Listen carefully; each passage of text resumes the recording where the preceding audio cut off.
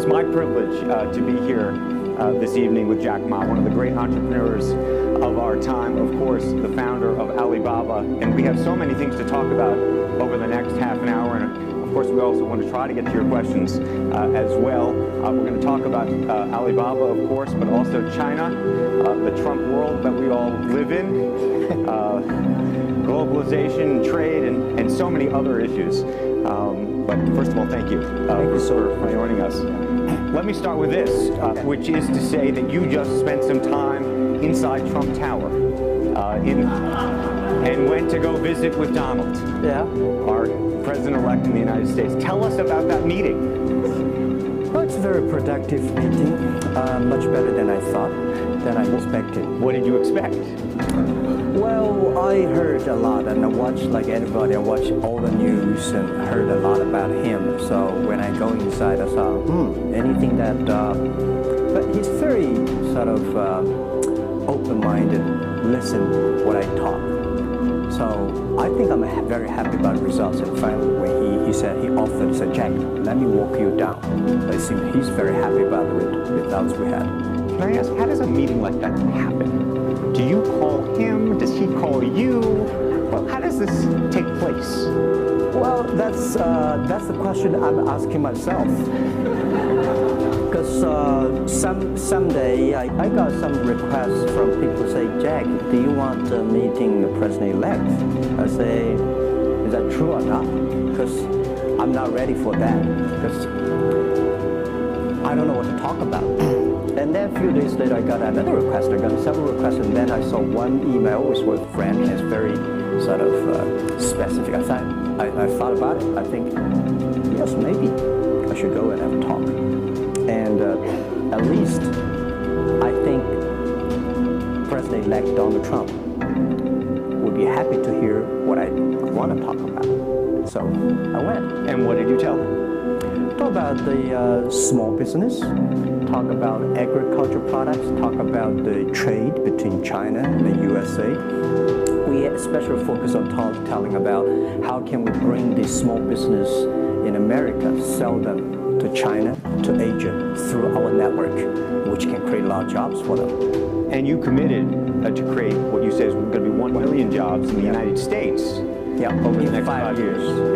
Now, that's not 1 million jobs that Alibaba itself, but you're not hiring 1 million people. No, we all totally, Alibaba employed put together is like 45,000 people. We cannot hire 1 million. I cannot imagine I can manage 1 million people.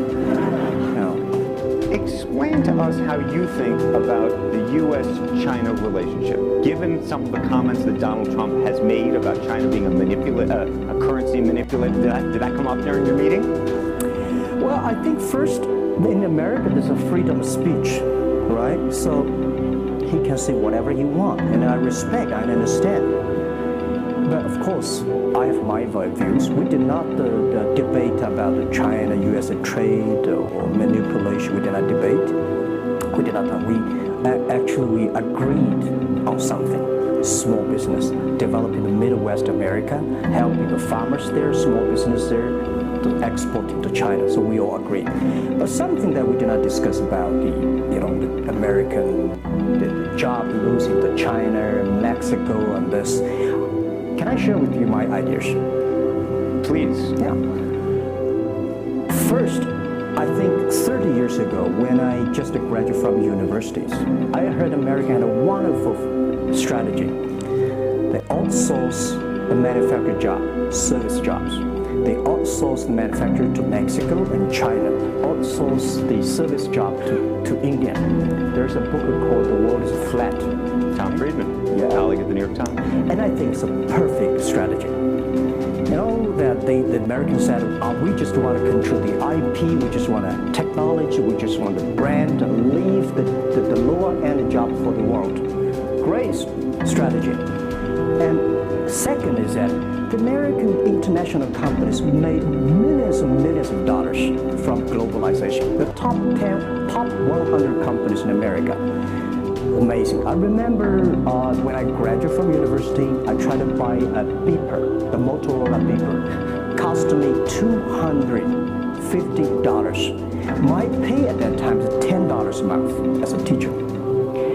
the cost of making that beeper is only $8 for a chip. So, past 30 years, IBM, Cisco, Microsoft, they made tons of money. The profit they made are much more than the 4 largest banks in China put together. China Mobile Phone, China Unicom, and whatever you name it, put together. Still, these multinational companies made more money than. So their market cap grew more than 100 times in the past 30 years. But where'd the money go? This is what I'm curious, because as a business people, I always care about the balance of shit. Where's the money coming? Where'd the money go? Past 30 years, American had 13 wars, spending $14.2 trillion. The money going there. What if they spend a part of that money on building up the infrastructure, helping the white collars, the white collars and blue collars? No matter how strategy good it is, you're supposed to spend money on your own people, right? Not everybody can pass Harvard. Like me, they're not good at education, right? We should spend money on those people who are not good at schooling. And the other money, which I'm curious about, is that when I was young, I heard America is about Ford, Boeing, those big manufacturing companies. Last 10, 20 years, I heard about is Silicon Valley and Wall Street. The money go to the Wall Street. And what happened? Year 2008. The financial crisis wiped out $19.2 trillion USA alone. They wiped out all the white collars and destroyed 34 million jobs globally. So what if the money is not on Wall Street? What if the money spent on the Middle East, Middle West of the United States, developing the industry there? That could be changed a lot. So it's not the other countries steal jobs from you guys. It is your strategy. Okay, but you do not distribute the money and things in a proper way. This is what And now we're having a backlash. And that backlash is a rebuke of globalization. And so much of the conversation, frankly, that we have here, and that backlash is happening in the United States, but I will say President Xi was here yesterday. You had lunch with him, and he was quoting Abraham Lincoln. What did you make of that? Well, I would say that globalization is a great stuff. It's the USA's developed countries teach us how to do globalization. I remember 2002 or 1 before China joined the WTO, everybody in China was worried. Me, I was worried. Because what if all the international products come to China, destroy our industry, and we have to lose a job? So convince the China, after 20 years, then you guys are telling, say, this is a terrible thing. I believe globalization is good, but globalization needs to be improved. This is Donald Trump, President-elect, want to solve it, the problems. That globalization, I think, should be inclusive globalization. In the past 30 years, the globalization was controlled by 60,000 big companies. 100 years ago, globalization was controlled by several kings and emperors. What if next 30 years we can support 6 million businessmen doing business across the board? What if in next 30 years we can help support 20 million small business can do business across the board? So this is something which I believe globalization should be inclusive. And do you think that the words of President Xi will happen in reality, which is to say that China has largely acted on its own behalf for many, many years, and now is effectively saying that the U.S. needs to continue acting on everybody else's behalf? Yeah, I think, the world needs some, Mr. Xi yesterday said, it's a wonderful time, it's a bad time, or the worst time. The world needs a new leadership, but the new leadership is about working together. This is what I understand. We do not necessarily need one specific leader to teach us what to do, what not to do. But the world have to partner together. This is what I think. And I think as a Chinese, as a business people, I feel proud for what President Xi said yesterday. As a business person, I want the world to share the prosperity together, to join the force together. As a Chinese, I'm happy about what he committed. Yesterday he said, he speaks like us, take the responsibility of the second largest economy. As the China's second largest economy, he has to take some responsibility. This is the first time I heard a Chinese leader make number commitment. He said, next 10 years, we are going to import $8 trillion US. This make me feel excited because China is transforming from exporting to importing.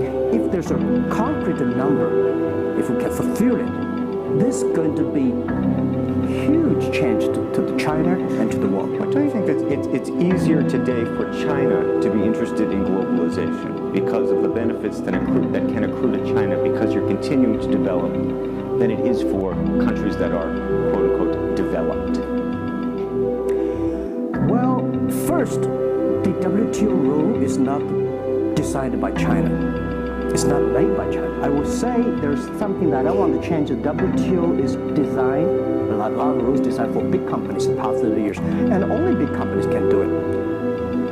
And China definitely benefit a lot from opening. I think China should learn one thing, that we grow in the past 30 years. It's because we open to the world. If we continue to open, not fully. Okay. American business that wants to effectively go into business in China has a very difficult time, has to partner effectively with a company that's there already. This is why I said China has problems too. The world has problems. And China definitely has a lot of problems. China should open, should be more confidence. This is what I feel yesterday. I feel the confidence of Mr. Xi that he is ready to open more to the world.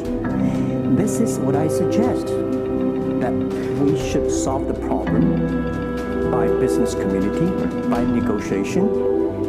WTO, China joined WTO for 20 years or 70 years, I don't know the number. But the past 2 years, that I think we as a business, we as a country, we as the world, we have to review something, right? But not because unbalance the things, we stop it. You've been calling for something called EWTP. Yeah. What is that? This is what I would talk about, is that the WTO was great, but they mainly designed for developed countries, big companies. There's no opportunity for small business. We want to build up an electronic world trade platform to support young people, small business. Through mobile phones, internet, they can sell, buy across the board. And the other thing is that WTO is a very interesting organization. When you put the Doha round, when you put 200 government officers in one room, ask them to agree on something, it's impossible. I can never imagine that they can agree on something together. Business should be designed by business people. So we believe EWTP should be something that the business people sit down together, agree on something, negotiate on something, and get endorsement from the government. I want to talk a little bit about Alibaba and the model itself, because I think for many in the West, if you will, they don't necessarily understand it. And to the extent that the extent that I could try to compare it to Amazon, which I know you think is an unfair comparison, one of the things that's so fascinating to me is that Amazon and Jeff Bezos have pursued what might be described as a very asset-heavy business model. They're buying airplanes. They want to own the entire supply chain from beginning to end. And Alibaba has effectively an asset-light business. It is very much, in terms of the retail piece of this, the opposite. You don't want to own the warehouses. You don't want to own the logistics companies. How do you think about that? Is Jeff Bezos right, or are you right? And is there going to be a meeting in the middle? I hope both are right. And because the world can never have one model. If the world has only one correct model, the world is too boring. Right? We need to have all kinds of models. And the people who do the model should believe in the model. And I believe what I do. Right? The difference between Amazon and us. Amazon is more like an empire. Everything they should control themselves, buy and sell. And our philosophy is that we want to be an ecosystem. Our philosophy is to empower others to sell, empower others to service, empower making sure the other people are more powerful than us, making sure with our technology, our innovation, our partners, our 10 million small business sellers, they can compete with Microsoft, IBM. Our philosophy is that we think using internet technology, we can make every company become Amazon. Remember one thing, today for our sales, our GMV last year is more than 550 billion US dollars. To hire people deliver for us, we need 5 million people. So how can we hire 5 million people deliver things for us to deliver the things we sold? The only way we do is empower the service company, logistics companies, making sure they are efficient, making sure that they make the money, and making sure that they can hire more people. But without owning the whole chain, can you do it as effectively? The idea that you're watching Amazon and being able to deliver things now within hours, literally. We made 125 cities deliver within 1 day last year. Imagine 10 years ago, deliver one thing from Beijing to Hangzhou takes about 8 days. Now you can deliver things from Beijing to Inner Mongolia or some city within 12 hours. It's improving. You can never expect these things happen within 24 hours. We have patience. So I think, can you imagine that within the 11/11 Singles Day, we sold $17 billion. And by delivering more than 600 million packages within 3 days. This is happening, and this is what we feel proud of. It's not how much money we make, it's not how powerful we are. We think because of the technology, we can make the technology very inclusive, that every small companies can use it. This is my dream, because I started my first business in 1992 in China, as a small business. In order to borrow money, 5,000 US dollars from bank, took me 3 months to acquire, still failed. So difficult to be a small business. Today, with the technology, we can empower them. This is something I want to do. One of the critiques, as you know, and it continues to linger around Alibaba, is the piracy issue. There's an IP issue, and it's an issue all over China, but you take the brunt of a lot of it. How much progress have you made in your mind, and how do you think about some of the regulatory bodies in other countries, including the U.S., that continue to criticize Alibaba for these issues? First, when we start doing this business, as a business like this size, you have to take all the criticism. You have to listen what is right, what is wrong. And second is e-commerce. When you put 10 million small business, empower them to sell. We do not like Amazon buy. We cannot check. Even when you buy $55 trillion or $550 billion, you cannot check every product. So the model itself and the e-commerce itself may have a lot of these flaws. And third, I would say in the past 17 years, we are the leader of this anti-privacy issues, the IP, protect the IP. But the second, we are internet companies. We do not have the law enforcement.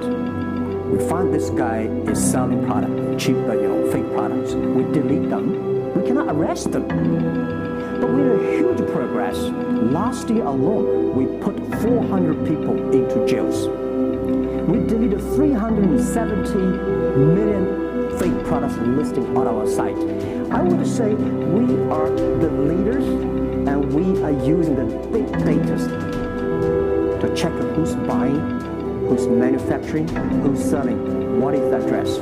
So now I'm happy about the whole world, especially China, all the government organizations start to realize the issues. So I would tell you, good thing is that today, when you go to those criminal group, which I call them criminals, those fake products, manufacturers, sellers. You praise the quality, though, of some of these. I will talk about it later, right?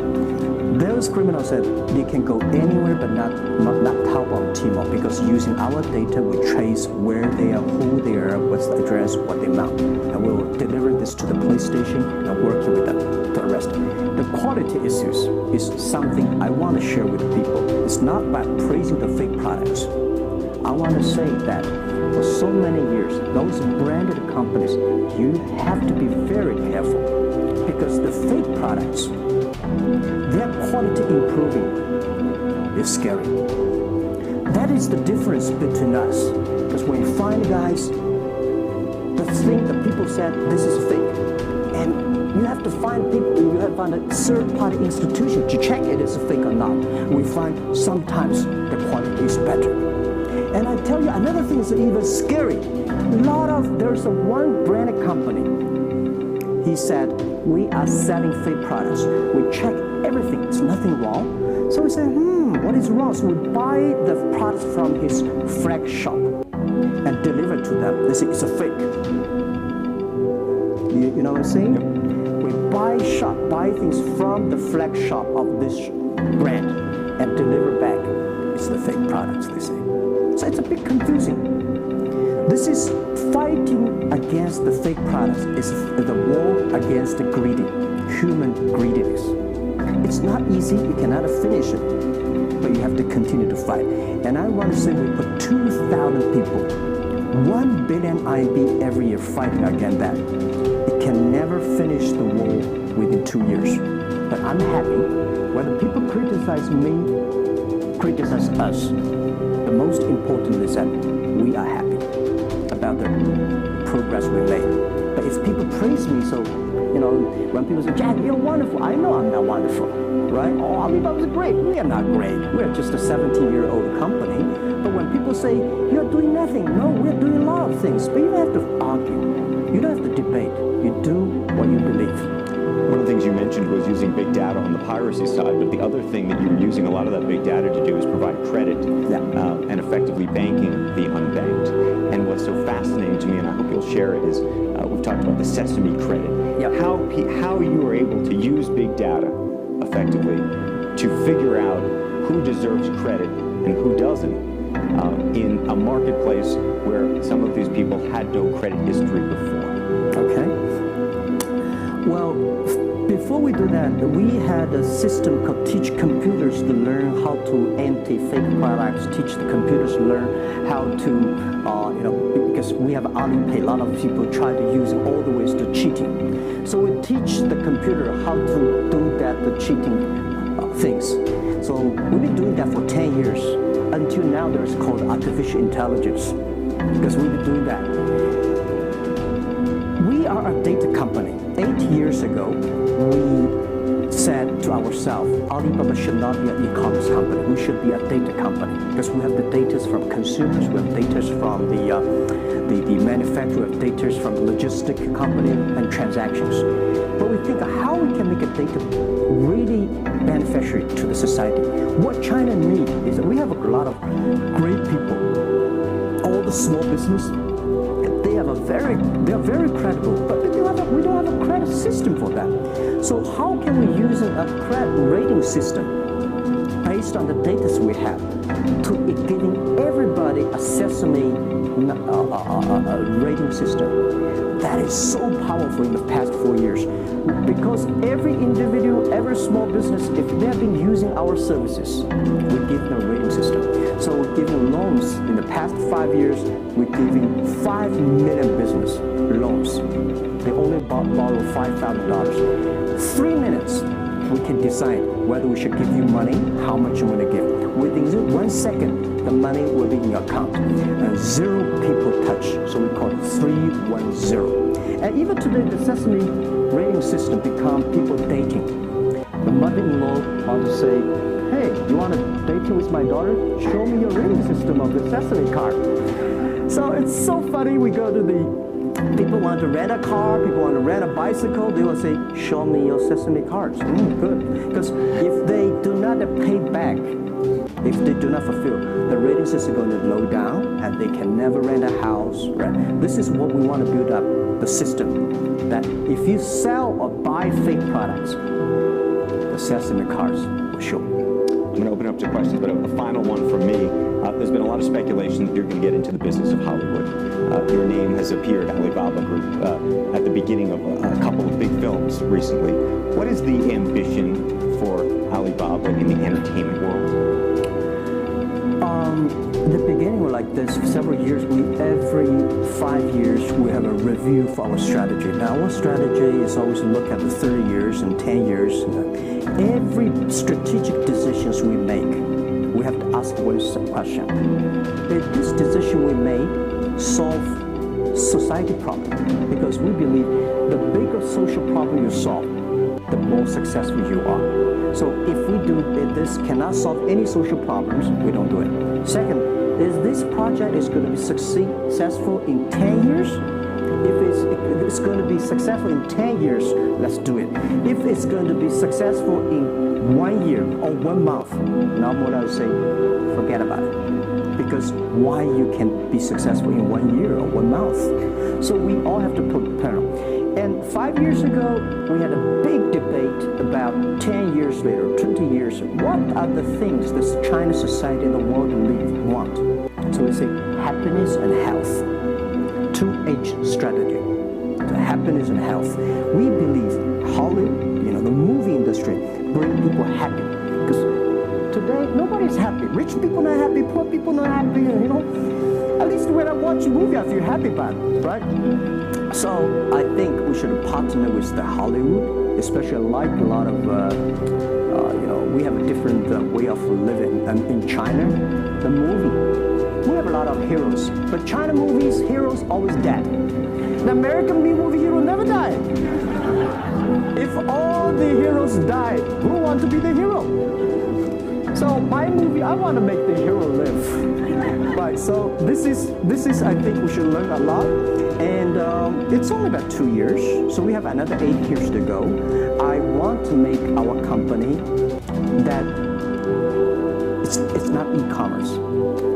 It's something that giving people inspirations. Giving people, because I learn a lot.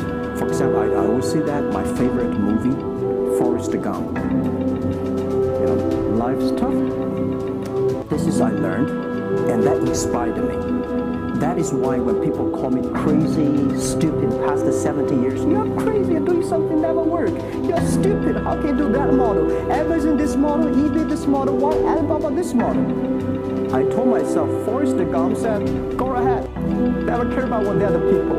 And the other thing, Forrest Gump said, nobody make money out of the catching whales.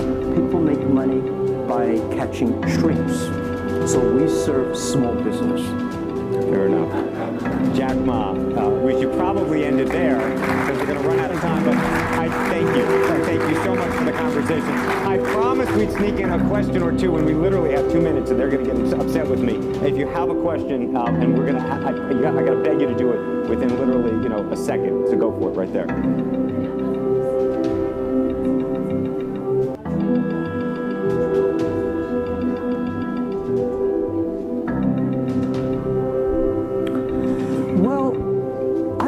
I think China and the U.S. should never have a trade war. We'll never have a trade war. And I think we should give President-elect Donald Trump some time. And he's open-minded. He's listening. And I think the war is so easy to launch a war. But it's so difficult, almost impossible sometimes to terminate a war. Iraq war, Afghanistan war, is that finished? No. Trade war. I believe one thing. When trade stops, the world starts. Trade is something that people start to communicate. Trade is something people exchange culture and value. And I will be happy if China and USA agree on something and Alibaba business model destroyed. I will destroy Alibaba model by stopping the war between. Because how can you imagine the first largest economy of the world, second largest economy of the world, have a trade war? It's going to be a disaster for 2 countries and for the world. If anybody can do something to stop it, do anything to stop it. Did you have a reaction to Trump and the situation with Taiwan and how he's thinking about that? Well, Taiwan, I think this is not something about the government. This is not something about business, it's something about people. If the Taiwan issue is the population, if you do Taiwan issue, it's like against 1.4 billion people. So this is another issue. So we're talking about trade, we're not talking about Taiwan. Very politic. Let's take one final question if we can. I think we can steal one more in. Yes, sir, right there. I'm not a politician. I try to This is actually a credit store. How do you assure you are not messing up with people's life and you are not dictating the whole, credit kingdom or the system? Because now you are the decision makers, you are the rule makers. Okay. First, I'm not sure. People say, oh, this is uncertain war. Every day is uncertain. The only certain day was yesterday. I'm not sure about that in the future. I will dictate, I will be stupid. That's why I should retire early when I'm young. That is why I have a lot of things that I dream I want to do. I want to do philanthropy, I want to be a teacher, I want to go back to school, I want to do the environment. And the world is so wonderful. Why should I be the CEO of Alibaba all the time? I'm coming to this world not to work. I want to come to this world to enjoy my life. I don't want to die in my office. I want to die on the beaches. It's a wonderful message. Jack Ma, thank you for the conversation. Well, can I say one last thing? Yes, please. I just want to give my last advice to any people here that every government should pay attention to in the next 30 years are critical for the world. Every revolution, technology revolution takes about 50 years. The first 20 years, technology company. Next 30 years, the implication of the technology. Focus on next 30 years. The first 20 years, eBay, Amazon, Facebook, Alibaba, Google. Good. The most important is that make the technology inclusive, make the world change. This is 30 years. Next, pay attention to those people who are 30 years old, because those are internet generation.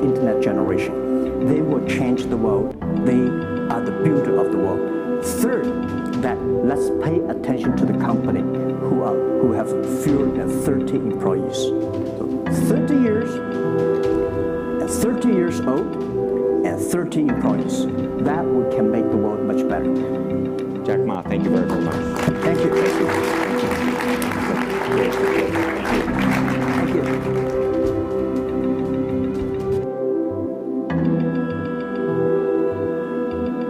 So 25 years old, don't worry. Any mistake is an income, is a wonderful revenue for you. So I told myself and told my young people, before 20 years old, be a good student. When you do entrepreneur, just learn some experience. Before 30 years old, follow somebody. Go to a small company. Normally in a big company, it is good to learn processing. You are a part of a big machine. But when you go to a small company, you learn the passion, you learn the dreams. You learn how to do a lot of things at one time. So before 30 years old, it's not which company you go, it's which boss you follow. It's very important. A good boss teaches you differently. And from 30 to 40 years old, you have to think very clearly, you're working for yourself if you really want to be an entrepreneur. When you're 40 to 50 years old, you have to do all the things that you are good at. Don't try to jump into the new area. It's too late. You may be successful, but the rate of dying is too big. So 40 to 50, think about how can you focus on things that you are good at. But when you are 50 to 60 years old, work for the young people, because young people can do better than you. So rely on them, invest on them, making sure they're good. So when you are over 60 years old, spend time for yourself. On the beach, sunshine, right? It's too late for you to change normally. But this is my advice to the young people. 25 years old, make enough mistakes. Don't worry. You fall, you stand up. You fall, you stand up. Enjoy it. 25 years old, enjoy the show, enjoy the show. I think today people worry a lot about the world, about the economy, China, economy in the world. But I'm very optimistic. When people start to worry, that is the opportunity is. But I worry about the blood testing, and she created good things. And I think great innovations, great companies always happen in the tough times. The life's like the music. You have up, you have a down, you have a long, you have a short notes. And I like the American movie. Life is like a box of chocolate. You never know what you're gonna get, right? So I'm pretty optimistic. The opportunity in the future for equality is huge, because in the last century, the IT is for big companies. The globalization is for big companies. But now with the technology, we can serve those 80% of the companies that never been served. We can serve the 80% of the young people that have never been served. Technology for internet is so cheap, so easy to use. One of the reasons why we grow in China e-commerce so fast, much faster than the USA, because our infrastructure of commerce in China was too bad. When it is too bad, something happens and goes. Today we are working on the rural areas of China. I can never imagine that China, about 800 million people still live in the rural areas, are farmers. And there are about close to 200 million people. Their income is less than $1 per day. And before the internet, it's impossible for these guys to reach the PC because it's so difficult. Even people like me, I don't know how to use a PC. But now 80% of the farmers, those people using mobile phones. When I have the mobile phones, the internet, the data, things change a lot. So I'm excited about the future. People always worry. That's I love the young kids sitting there and talking about the dream, the hopes, because if they have the hope, we have the hope. That's what I believe. And let's just take what you do. And I've loved every description I've ever heard about how you serve people, and your story about the bamboo farmers and your wife and her friends. It was fabulous. But where's this going? What are you going to do?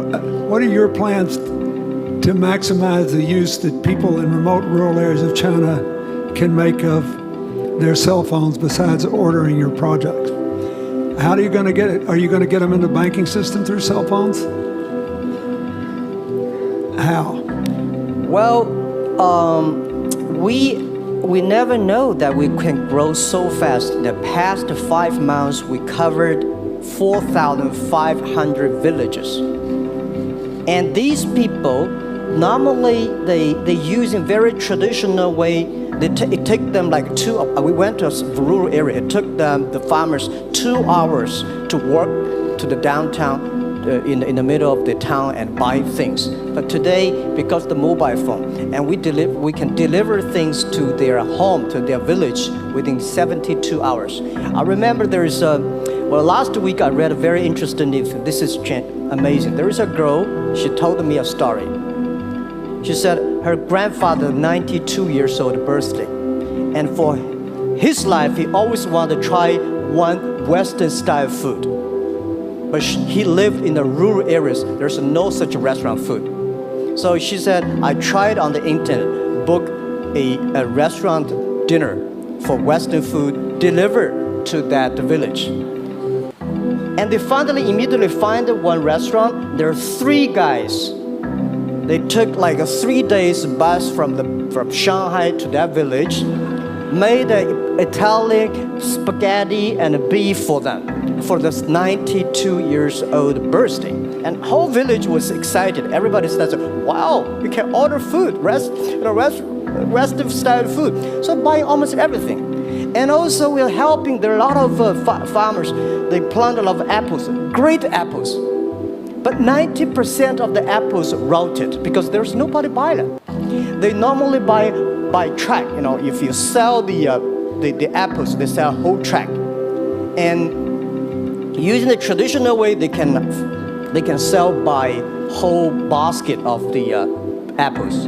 But now, because of the internet, they sell by one. Each apple they sell $1. Or 1 RMB or 2 RMB for each. So the farmers see using internet, they can buy and sell using the mobile phone. That changed their lives. And I think it's exciting. And people need examples when they see, well, my neighbor made money through online to selling things. My neighbor buy much interesting things online. People start to learn, and more people start to buy the mobile phones.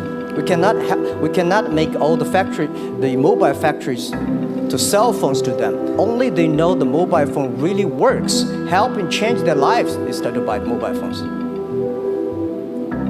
Just one more question, and then, do you think this will make the current problems like the current problem in China less likely? That is, if we'll have more market information and the market will drive where the investment goes, instead of the government trying to make judgments about, I better build another housing development or office development here, there, yonder, and you wind up with a bubble. Well, if it comes from the bottom up, is it more likely that fewer bad things will happen? Yeah, I think the last week I was in Seattle discussing about the China economy. I think you American people worry too much about the China economy. Well, you see, every time when you start to worry about China goes better. Every time you think China is a problem, we'll get better. But when you have to say, you have a high expectation of China always a problem. Like parents have the expectation of the kids, are the same. But there's a big difference between American consumption, because people say, well, the economy is bad, so China consumption will be good low. No, totally different. You Americans love to spend tomorrow's money. And the other people's money, maybe. Or maybe the children's money. We Chinese love to save money. We are probably the largest country, the safe deposit in the whole world. Because we've been poor for so many years. When we make money, we put in the banks, because someday we know the disaster is coming, so we can spend the money. So when the economy is bad, we still have the money to spend. You guys probably don't. You worry. And the second thing is that China been focusing on developing for the past 30 years. China government so strong on investment, so strong on exporting, but they are too weak on the domestic consumptions. Domestic consumption is not driven by government, it's driven by entrepreneurship, driven by the market, not the government. So in the past 20 years, government is so strong. Now they're getting weak. It's our opportunity.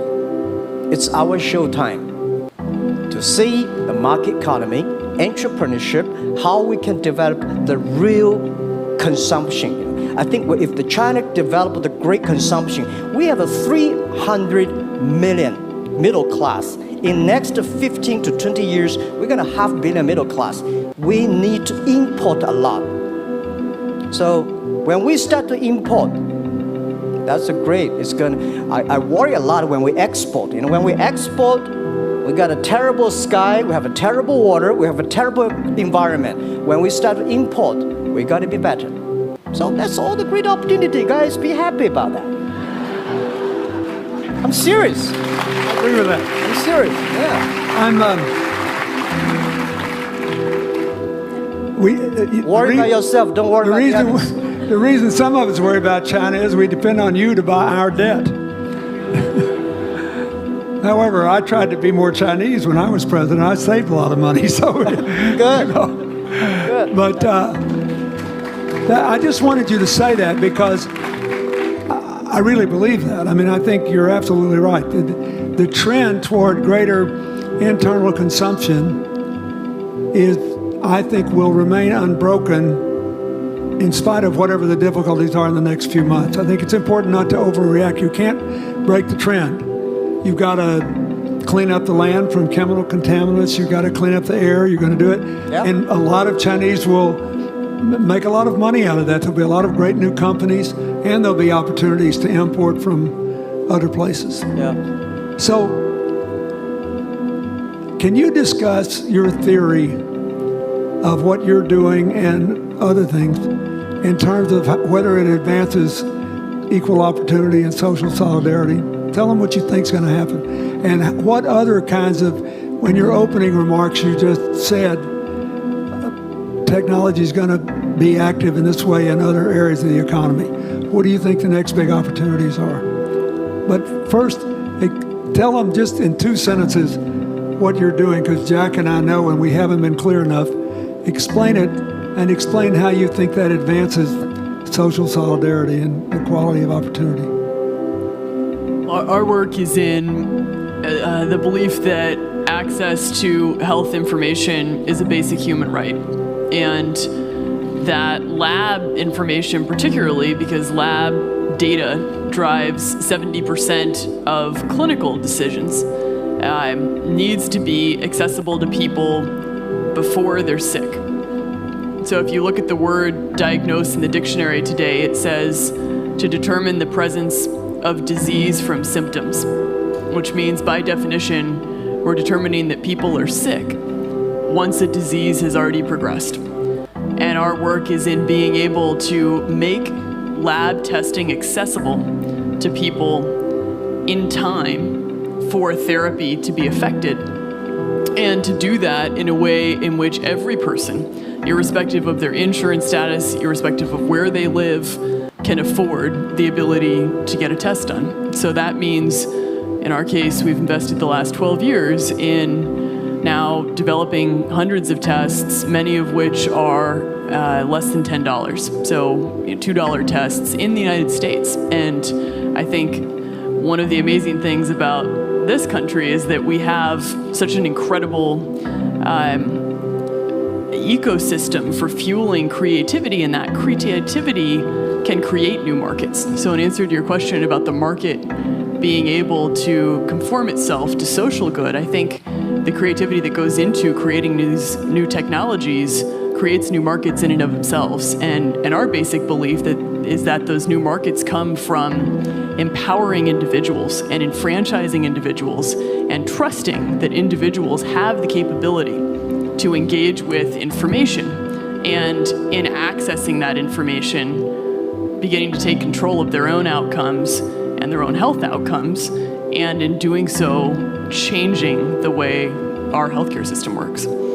Think what this could mean for rural China, for rural India, for Native American reservations in America, for the Mississippi Delta, for the remote areas of where all the jobs were lost from COVID. You're all of a sudden giving people information. And one of the most important things I think we did in my second term as president in the healthcare front was develop this diabetes self-care program.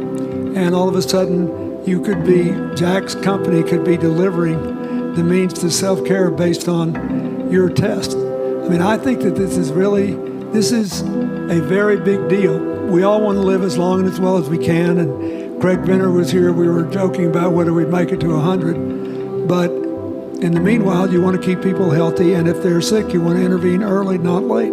Yeah.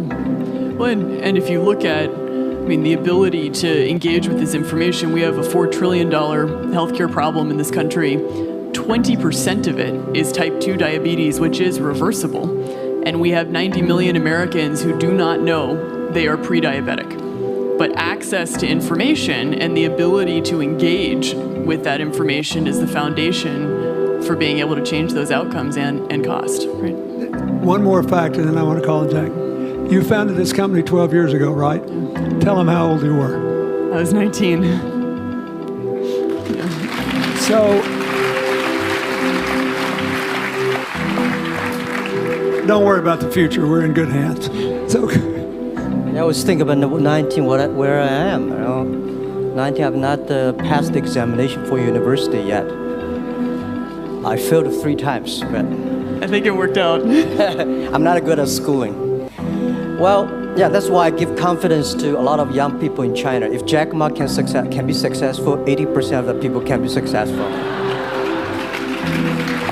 People like her, we're jealous. Well, equality, I would like to make a little bit of technology helping, because yesterday I was joining the UN Women Conference about gender equality. And I think the first technology revolution happened 200 years ago in the UK, released the human body, the arm, stronger. The second technology revolution in the USA for energy, you can last long. But this technology revolution release the brain. So this century is not a competition who is stronger, whose muscle is stronger. It's who is smarter, who is soft, who can listen. It's the challenge of wisdom. So man and woman equal. On the internet, you can never see he's a woman or man. And on the internet, women can serve much better than men on the internet. And a man talking about the business, talking about numbers, competition, they make business very cold. Women, they make business very cozy, lifestyle, and interesting. 50%, more than 50% of our shop owners, more than 5 million shop owners are women.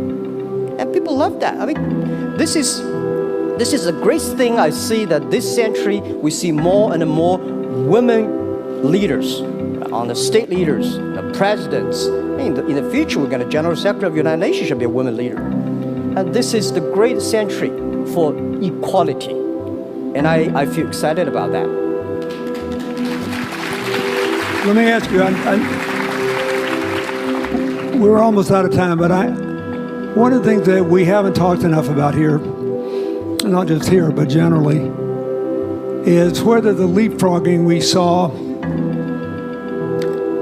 with cell phones, which was instrumental in your phenomenal business success and which will make it possible for you at the appropriate time to do what you've done on a global scale, hitherto unimaginable in all of human history for anybody to have any of their own health data.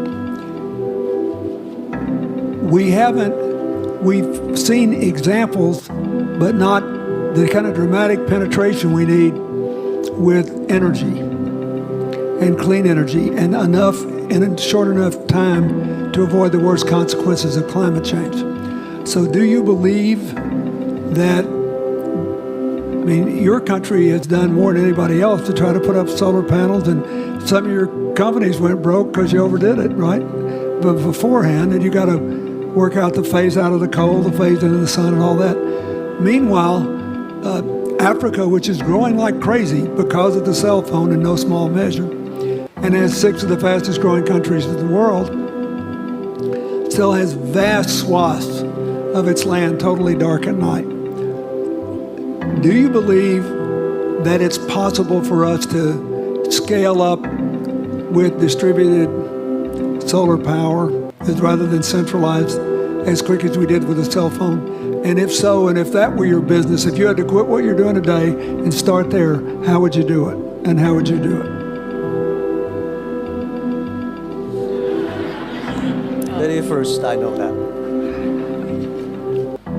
I'm such a huge believer in technology, and I think especially right now, we're at an incredible time in terms of new technology and the ability to apply technology in a scalable way towards solving some of these problems. So I would look at it in the context of some of the renewable solutions that we already have, and in the context of empowering, connecting individuals with access to those solutions, and in the context of creating markets around them. I think that there's real opportunity to actually create an ecosystem in which people can financially benefit from these solutions, and I think that's going to drive an adoption. I think in developing economies, there's a revenue stream associated with that, and the more we can turn even already some of the technologies that we have into markets, the more that we can fuel, I believe, local growth and individual engagement in beginning to adopt some of these solutions.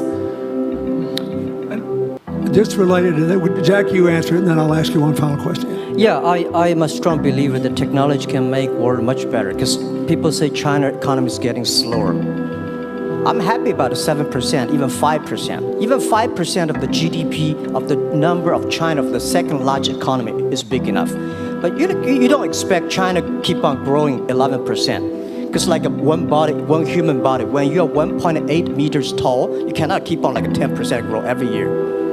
You have to grow the quality, your mind, the wisdom. So I think China needs new technology to solve these problems, and which today the data, the clean technology, all these things that China is supposed to do. If we keep on the tradition, the old ways, we'll go nowhere. But this is why I feel excited, because people ask me, what is your dream now? Because I never thought I would be today. I can sit here talking to president. I'm like a guy, on the street and like failed 3 times for university, 5 times for high key schools. I applied for 10 times in Harvard school, all rejected. I never thought, because of the technology, because the internet gave me this opportunity. So I think when I retire, I don't want the Chinese people have a terrible water to drink, unsafe for food, and the money we make all spent in the hospital. That's disaster. So how we can using the technology to enable young people, the great chance of this world, don't worry about it. We got 1.4 billion people who were born in 1980s. They are the people of the internet times. They are going to have new ways to solve the world problems. The things you are worried about today, they can solve it. And human beings have these kind of worries for centuries. And young people can always solve it. And today, when you have a right direction, clean energy, the climate change, all these issues, they will be solved, and these are the great opportunities ahead of us. Anything else? I agree with that. I think the more we can enfranchise people, the more we can create ecosystems in which individuals are empowered, the more we give rights to individuals to be able to build businesses, to be able to pursue the economic benefit of technologies, the more you see these markets change. Before they leave the stage, I want you to look at them. And I want you to think about the time we have had to spend here dealing with the refugee problems in Syria and Lebanon. Stand up, Elias. This is my friend Elias Bousab. He is the education minister in Lebanon. He's got to educate all these kids. And so he left a miracle that very much reflects the lives that Elizabeth and Jack have lived. He was in a very responsible position at the American University of Dubai. They started bringing American scholars over there to live in an Arabic culture. He did all these wonderful things, but Lebanon got in trouble. He went home to save his country. What is the difference? How much more could he and every smart Lebanese person do if they could focus on these things? And why can he not? Because the place is dominated by people who think their differences are more important than their common humanity and their common challenges. You cannot imagine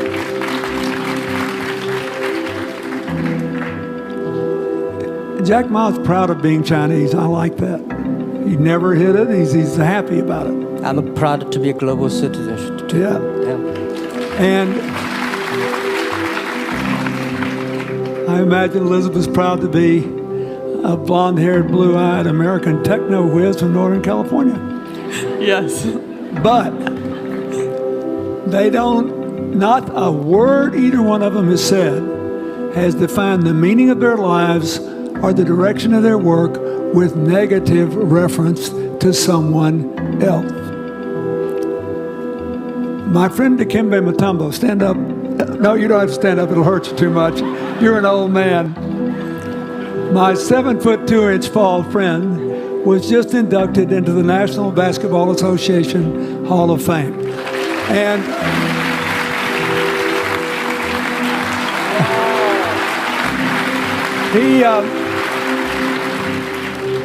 my family, my whole family loves him. And I have seen how much he has given back to his native country, Congo, which has been so troubled. I've known him a long time. We both went to Georgetown University. I did before he was born, I think. I've never heard him say a resentful thing about anybody. I have seen him give and give and give and try to give the people in his native land opportunities. Why am I telling you this? He's had a good life because he never defined his life with negative reference to anybody else. He never begrudged anybody else's success. And he thought he had an obligation to help other people. I'm telling you, we are back in a time of collective global insecurity where the main struggle is the oldest one in human history, just in modern techno realities. I mean, if you were trying to build the Middle East, you would think about our permanent sponsor here, the ambassador from Oman, who her government tried to help head off a calamitous war in the Middle East over the nuclear issue in Iran. We all pray to God that it'll work out all right. And the lead she made. You look around all these places, wherever people are putting aside their differences and working together, good things are happening. We cannot achieve economic or social equality without living in the factual realities of the world we face, looking at the obstacles, looking at the opportunities, making the best decisions. And those of us who even feel good about ourselves because we think we spend a lot of time giving, our whole goal should be to work ourselves out of a job. One of the things that Bill and Tanny Austin are sitting there with Starkey, they started giving away hearing aids, and then they decided, well, we better teach these young people how to speak. If they get the gift of hearing, they'll have to learn that. So they got into the education business. Sonny Varkey got into the education business and decided somebody ought to do something really dramatic to remind people that the only people that really matter are the teachers. So he gave the first Global Teacher of the Year award last year, and an international panel gave the prize to a teacher from Maine who promptly gave the entire $1 million to her school. The woman never made any money in her life. She gave all the money away immediately. The future is going to be forged by people who think of how to use the modern tools that we are given, as Elizabeth and Jack have, to create opportunity through empowerment.